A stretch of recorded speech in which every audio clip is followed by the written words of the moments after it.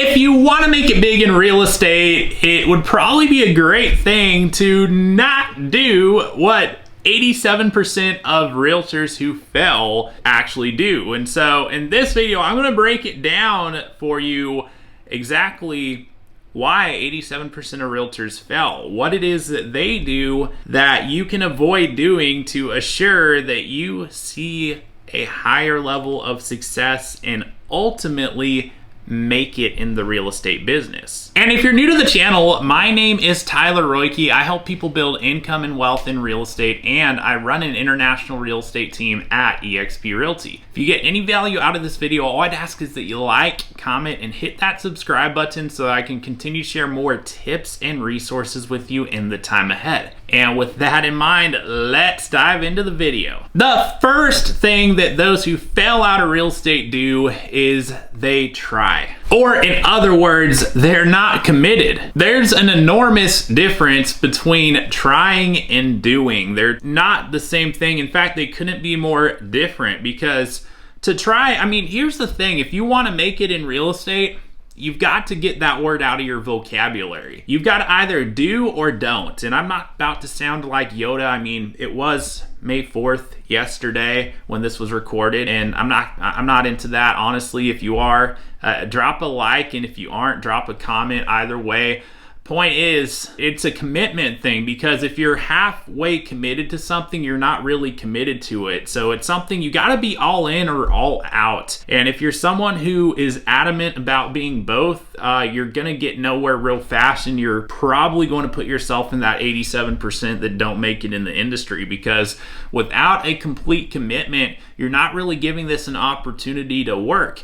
Because think about it, you're in an industry that has a lot of people in it. If you're in an industry where there's people who are fully committed to it, do you have any chance? Do you even stand a chance in that situation? So at a bare minimum, you have to be fully committed, because if you're not, you better off get out of the industry sooner and save some of your time and agony in the process, because this is a business for those fully committed. And that doesn't mean that you need to be full-time in real estate. I mean, contrary to what many in our industry seem to think, you actually don't need to have full-time hours to commit, but it is a full commitment level with the hours you have to put in to move the needle forward in your business, that you're not just going to dabble, you're not just going to try, you're going to do this thing and make it work and do whatever it takes to continue to progress forward and ultimately lay that solid foundation for your business so that you can ultimately build something significant for the long term with it. And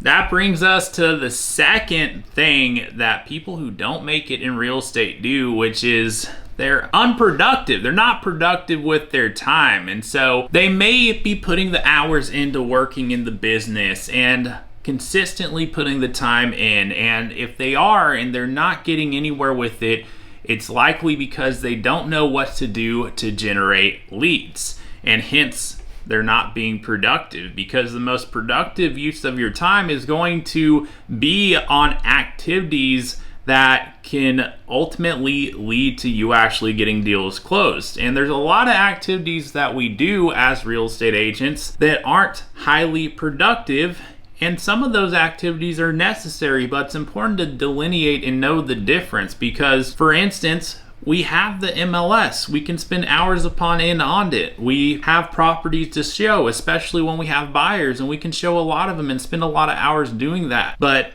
those are two activities that in and of itself are not going to result in us closing more business. It's going to result in us taking care of a particular client, but those two activities and a plethora of others, they're not going to fill our business with more leads and more closings. So it's important that we are intentional with making the most of the hours we have to commit to real estate and truly committing to getting the key activities done that are going to consistently lead to us having new opportunities of connecting with clients, generating leads if you want to call it that, but making connections, having conversations, building relationships, and ultimately following up with those connections we're making and staying top of mind with them, and ultimately being there for them when they're ready to take the next step forward with what it is they're going to do next in real estate, because the only way it happens with you is if you're intentional about it. And so you got to be intentional with how you use your time. It's not just about putting hours into the business, it's about being productive with those hours. And so don't be like the 87% who,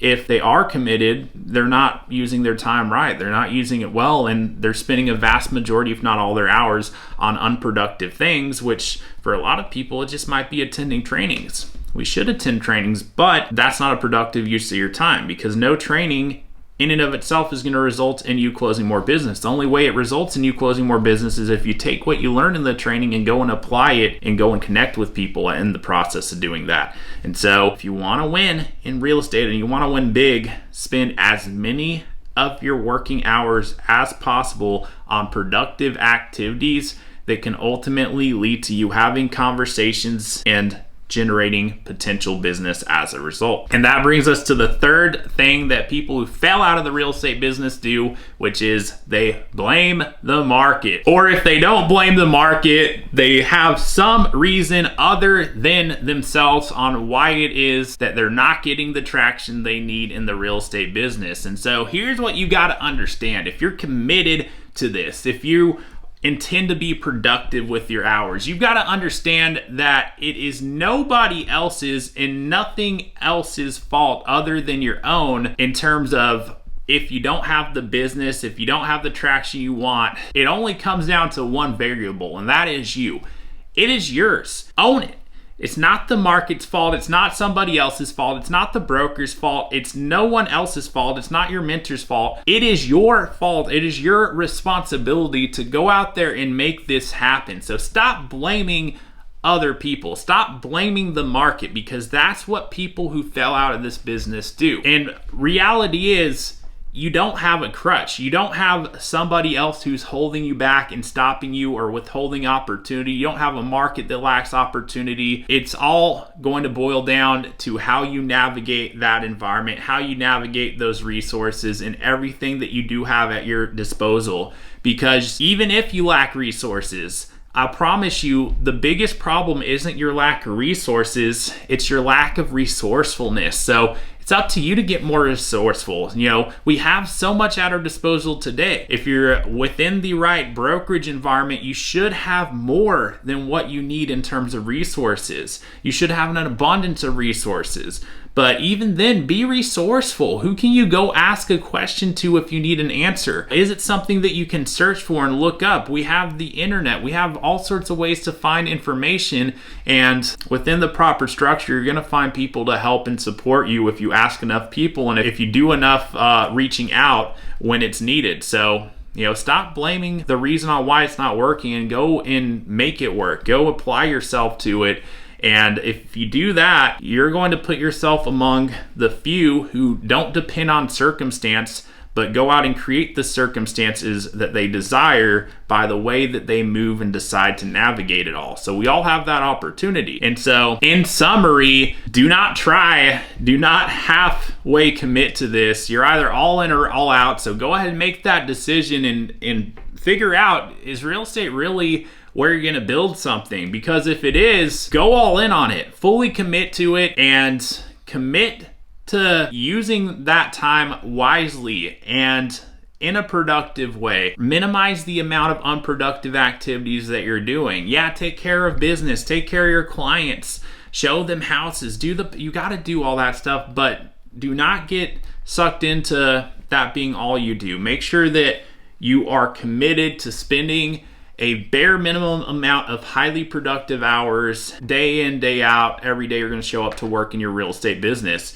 And do not look for the reason on why it's not working or why you're not seeing opportunity. Understand that it's up to you to own it, no matter what the circumstance is. If you aren't experiencing the circumstances you desire, it's up to you to go out and create them and to be resourceful when and if there ever comes a time where there's a lack of resources, because it's not more resources that you need. What you need is more resourcefulness, because there are people that had far worse circumstances than you that made more of the opportunity. So know that you can do it too. If someone else can do it, so can you. So go out and make that happen. And if you commit to these three things and navigating it differently than those 87% of realtors who fell out of the business, it's going to assure that you put yourself among those who succeed, and not only just succeed, but win, and win big at the highest level. And so if that's what you're about, if that's what you want to do, that's who I'm here to help along the way. So make sure